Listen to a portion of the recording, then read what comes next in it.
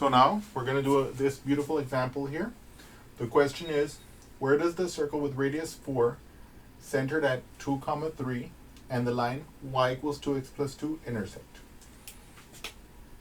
So now, as I mentioned before, what we're going to do is we're going to try and draw a figure to try and figure out if we should expect there to be an intersection point. Okay. So we know that the circle is going to be centered at 2, 3, and with radius 4. So actually, we know that we don't really need much of the bottom. We can actually focus more like on this part here. So 1, 2, 3, 4, 5, 6, 7, 8. 1, 2, 3, 4, 5, 6, 7, 8, 9. Let's see. Let's look at where we are so far. So 2, 3. So the center is going to be right here. Let's just label it C. Radius 4. So I'm going to go 4 up. 1, 2, 3, 4. Right. 4 down. 1, 2, 3, 4. Say it right here, -1. 4 to the left. 1, 2, 3, 4, right? And then 4 to the right. So 1, 2, 3, 4, right? Now, of course, drawing it by hand, you can tell that like it's not going to look perfect, but we can see where we're going. Now the line, it's in slope-intercept form with slope 2 and with y-intercept +2. So the y-intercept is here at +2. It has slope 2, so it's going to go up 2 and 1 to the right, up 2 and 1 to the right, right? And so we can draw that line as like this. And we can see that we will have two solutions. So we can know that it's fruitful for us to solve for these solutions. Now, in order to do that though, we already have an equation for the line. We need to make an equation for the circle. And for that, we're going to use our fact of the equation of a circle with center HK and radius R. So here we have it. The equation of a circle with center HK and radius R is this.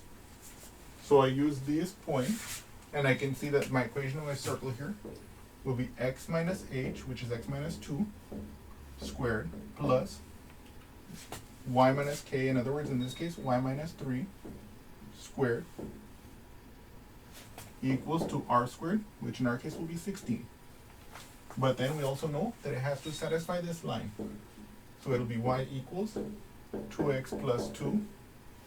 Okay, this becomes our system of equations. A point, an ordered pair x, y, will be on the circle and on the line if it makes both of these equations true at the same time. Now, a system of equations like this, we're going to solve by substitution. Okay. In this case, we can see that y is equal to 2x plus 2. So we're going to insert that expression for x into y, which will render this equation into purely an equation in x. We're then going to solve for the x, and then at the end, we're going to plug those x values into my line equation to solve for the y values. Now, I could plug those x values into the equation for the circle, but you can see that the algebra there will be rather difficult. Much more difficult than plugging into the line equation. In any case, let us begin then.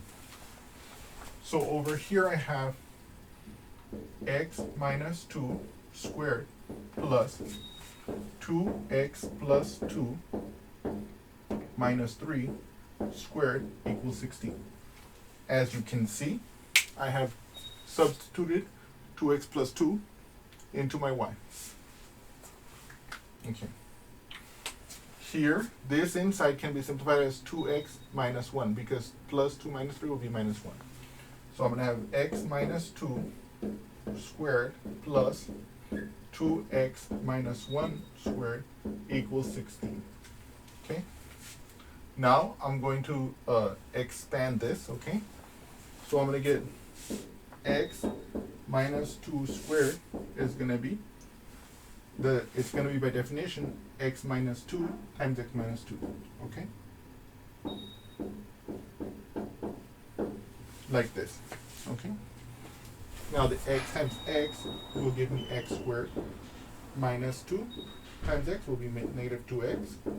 Negative 2 times x is minus 2x again. And then negative 2 times negative 2 is plus 4. Now these two terms will combine, because they're like terms, to give us x squared minus 4x plus 4. Okay? So I can replace this with the expression x squared minus 4x plus 4. Okay? Plus, now I'm going to expand this one. Okay? So now let's do that together here. Okay. I can do that here.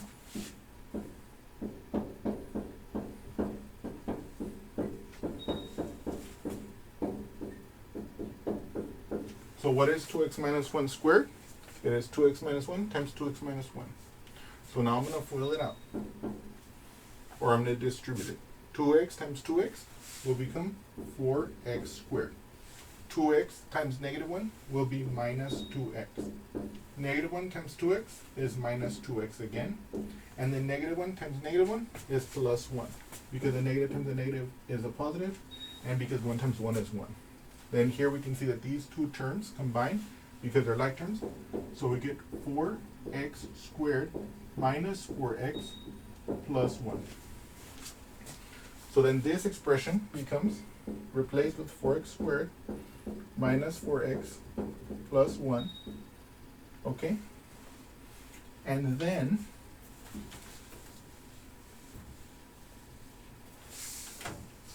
that is equal to 16. So all we did was we expanded this, which gave us this. We expanded this, which gave us this. And we brought down the fact that those still equal to 16. Okay? So now I'm going to combine the like terms here. I can see that x squared plus the 4x squared will become 5x squared. Negative 4x plus negative 4x will become negative 8x. Because when we add two integers that have the same sign, we keep the sign and add the magnitudes. Okay? Now 4 plus 1 is plus 5. Then that's going to equal to 16. Okay? Okay. So now what we're going to do is we're going to subtract this 5 to the other side. Minus 5, minus 5. And then we're going to do completing the square. 5x squared minus 8x equals 11. Okay? So now I'm going to copy this up here, and then we're going to do completing the square. So now here, what I'm going to do is I'm going to factor out a 5 from the left-hand side. So I'm going to get 5, open parentheses, x squared minus 8 over 5 x equals 11. Okay? And then I can divide both sides by 5 so I can get rid of that. Okay? Divide by 5. And I get, on the left-hand side, I just get x squared minus 8 over 5 x equals 11 over 5. See, because if I divide the left-hand side by 5, this 5 multiplying will go away. Because 5 divided by 5 is 1. 1 times this expression will just be this expression. On the other hand, when I divide the 11 by 5, I get 11 over 5. Okay? So now, we recall that the idea of completing the square is that we want to replace this with a more convenient quadratic expression that will permit us to perform the square root technique. We remember that we have the relationship x plus a squared equals to x squared plus 2ax plus a squared, okay, which you can always derive. And our main objective here is to replace this part here. Okay? Our goal is we're going to replace this with this. Okay, I need to find what a will make it true that x squared plus 2ax equals to x squared minus 8/5 x. What a makes x squared plus 2ax equal to x squared minus 8/5 x. And you can see that that would just require that 2a here has to be negative 8/5 here. So I'm going to do that here. 2a equals negative 8/5. Dividing both sides by 2, I can get that a is going to be negative 8/5 divided by 2, okay? Which we know is the same as negative 8/5 divided by 2/1. Whenever I divide by a fraction, I multiply by the reciprocal. So that gives us negative 8/5 times 1/2. Okay? And then here, what does this give us? This gives us negative 8/10, and that simplifies to negative 4/5. Okay? So now we know what our a has to be. Okay? Let's write that down here. So our a has to equal to negative 4/5. Okay? Okay. So now, let us use that here. We know that x minus 4/5 squared is going to be x squared minus 8/5 x, because again, 2a, which is that, is going to be negative 8/5, right? So when I plug in this a equals negative 4 into that equation, I'm going to get negative 8/5 x. But then finally, when I plug in the a equals negative 4 into the plus a squared, I'm going to get plus 16/25. Because remember that here a squared is going to be negative 4/5 squared, which is negative 4/5 times negative 4/5, which is equal to, a negative times a negative is going to be positive. 4 times 4 is 16. And then 5 times 5 is 25. Okay?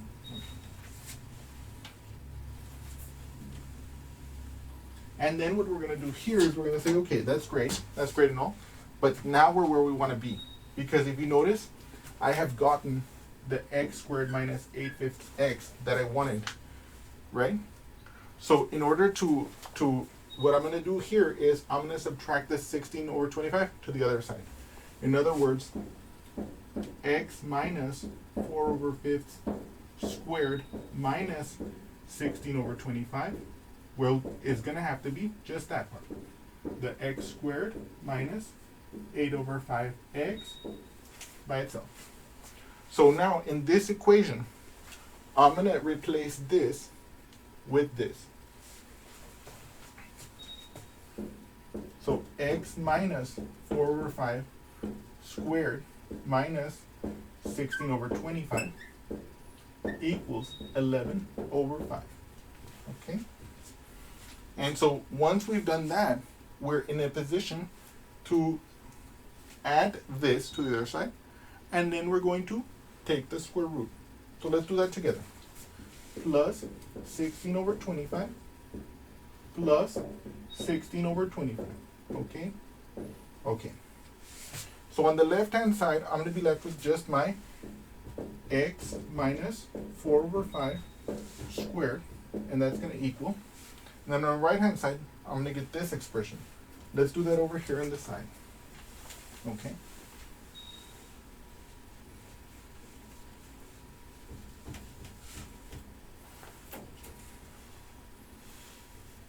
So 11/5 plus 16/25.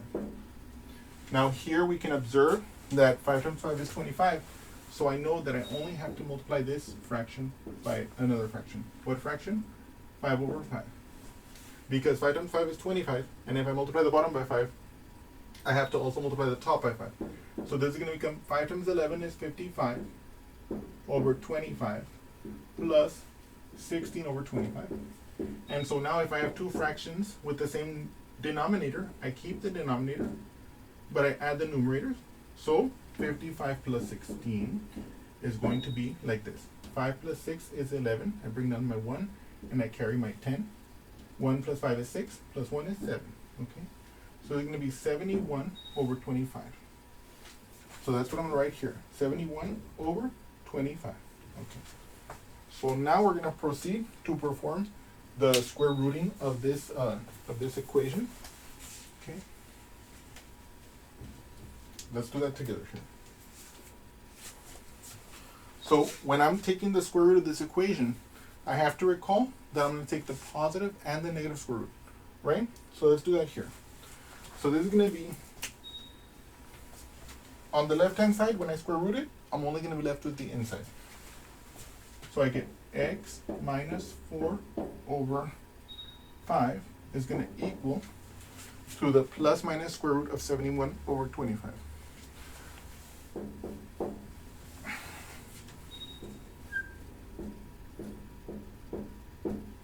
Now, we recall that for positive numbers, if I have the square root of a over b, if a and b are positive, this will be the square root of a divided by the square root of b. Okay? So I can rewrite this right-hand side as plus minus the square root of 71 divided by the square root of 25. Okay? Okay. Now we can see that that simplifies. Okay? And I'm going to write the simplification on the next line to x minus 4 over 5 equals plus minus the square root of 71 divided by 5. Finally, we can add 4/5 to the other side. We can add 4/5 to the other side. And I can finally write down my solution to this quadratic. X equals 4/5 plus minus the square root of 71 over 5. And so then I can finally write my roots as, my individual roots as, x equals to 4 plus the square root of 71 over 5, and x equals to 4 minus the square root of 71 over 5. Okay? Yes. Let me see that. Very nice. So after that quadratic, we're now capable, right? We now got the x values where this occurs and where this occurs. Now we're going to find the y values, right? So let's do that together.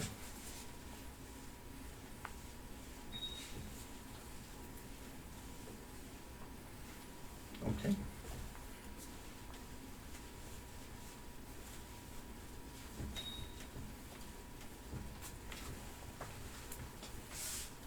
Now the easiest way for us to do it here is to plug in these x values into the line equation, the original line equation here. So now I'm going to do it for the first root first. So y equals to 2 times 4 plus the square root of 71 over 5 plus 2. Okay? Let's do that together. Here, I can rewrite the 2 as 2 over 1, because for any whole number, I can write it as a fraction as setting it as the numerator and 1 as the denominator, times 4 plus square root of 71 over 5, and then plus 2. Now here, this is a fraction, this is a fraction. How do I multiply fractions? I multiply across. Numerator with numerator to get the new numerator, denominator with denominator to get the new denominator. 1 times 5 is 5.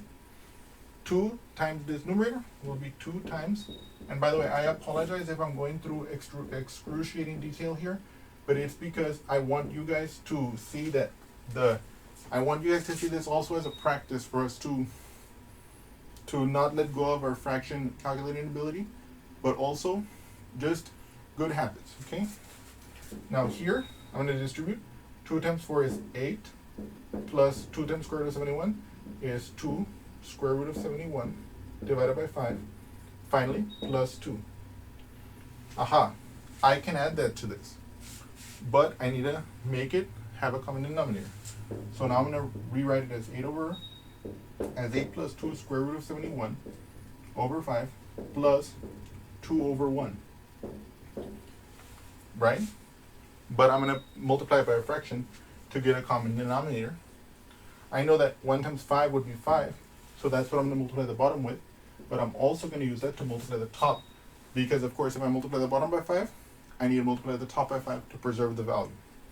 So then, for example, here I will get 8 plus 2 square root of 71 over 5 plus 2 times 5 is 10 over 1 times 5 is 5. And of course, notice, this expression here is identical to this expression, right? Because 10 divided by 5 is 2. But the key thing here is that it's dressed up differently because now it has the same denominator, so I can just add the numerators. This 8 plus that 10 will give us 18, and then we'll have plus 2 square root of 7 over 1. So that will be 18 plus 2 square root of 71 over 5. So we can now write our first intersection point, okay?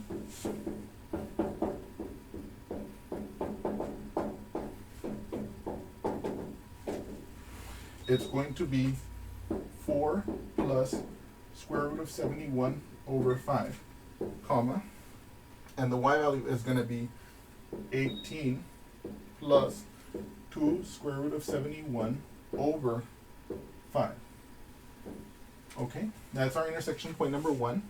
Let's call it A, okay? And now I'm going to calculate the intersection point number 2 using, well, basically it's going to be using this root instead of the first root, but I'm going to plug it into the same into the line because of course it has to be on the line, right? Yes. Let's do that here. So it's gonna, the only difference is that here instead of being 4 plus square root of 71, it's gonna be 4 minus square root of 71. Okay. Now of course, if I wanted to, I could have just changed the minus all the way down and figured out what the result would be over there. But I didn't want to do that because I want to walk you through this again. Let's call the other intersection point A prime. We know the x-coordinate is going to be 4 minus square root of 71 over 5. Let me make that clear, that's a minus, okay? And then, comma, and we're going to find the y-coordinate of that intersection point. I could have done the thing I just told you, where I could have just seen what the minus would have changed. But I didn't want to do that because, again, I think that if we did that, there's the risk of mistake. And also because I want to reiterate to you how we can use how we can explicitly show all our work. So I may do a few steps differently to make it faster. We know that we're going to need a denominator of 5 here, so we're going to need a denominator of 5 here, that kind of thing. But you're going to see that roughly the same kind of calculation is going to occur. So there's going to be 2 over 1 times 4 minus square root of 71 over 5. We already saw that this is going to become 10 over 5, right? We know that 10 divided by 5 is 2. We know that this is going to distribute, okay, so it'll be 8 minus 2 square root of 71 over 5 plus 10 over 5. And then we know that 10 plus 8 is 18. So we can see that it'll be 18 minus 2 square root of 71 over 5. Okay. Now here, I did a few efficient changes to the calculation so we could go a lot faster. But I want you to remember from our first calculation that each of these kinds of parts were justified, because of course that's the way we preserve our knowledge of how to calculate with fractions. But now anyway, we can see that the y-coordinate of our second intersection point is this, and we have calculated our 2 intersection points as required. And I hope you guys have enjoyed this example, and please let me know what you think, and thank you so much, and I'll see you again soon.